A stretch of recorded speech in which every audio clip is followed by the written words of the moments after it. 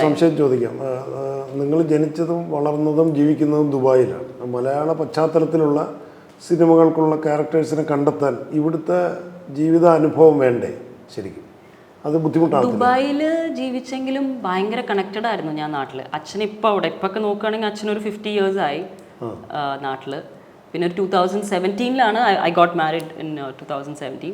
അപ്പോൾ ഞങ്ങൾ ഭയങ്കര നാടായിട്ട് കണക്റ്റഡ് വെച്ചാൽ അപ്പോൾ എന്താ പറയുക, ഒരു 2 years ആകുമ്പോൾ നാട്ടിലേക്ക് വെക്കേഷന് വരും. അപ്പോൾ വീട്ടിൽ മലയാളമാണ് സംസാരിക്കുക. അച്ഛനും അമ്മയും എന്താ പറയുക വെരി നാട്ടിലായിട്ട് ഭയങ്കര കണക്റ്റഡ്. ഒരു എന്താ പറയുക അങ്ങനെ ഭയങ്കര തൃശ്ശൂരാണ്. അപ്പം നാട് എനിക്ക് ദുബായിൽ ആക്ച്വലി അവിടുത്തെ ഓണം വിഷുവാണ് ഇവിടത്തെങ്കാട്ടി ഞങ്ങൾ സെലിബ്രേറ്റ് ചെയ്യുന്നത്. അപ്പം പിന്നെ എന്താ പറയുക എല്ലാവരും അവിടെ ഉണ്ടായിരുന്നു, കസിൻസും അവരും അവിടെ തന്നെ പഠിച്ചു വളർന്നപ്പോൾ ദുബായ് ഒരു കേരളമാക്കി എന്ന് വേണമെങ്കിൽ പറയാം. ദുബായ് ഓൾമോസ്റ്റ് അങ്ങനെ ആണല്ലോ. ഈ വെതറും കൂടി അങ്ങോട്ട് പോയി കഴിഞ്ഞാൽ ചിലപ്പോൾ ഇനി നാട്ടിലേക്ക് ആൾക്കാർ വരുമെന്ന് സംശയം. അല്ല അങ്ങനെയല്ല, പക്ഷെ ഭയങ്കര വെൽക്കമിങ് ആണ് ആ കൺട്രി, സിനിമകൾക്കും എല്ലാത്തിനും.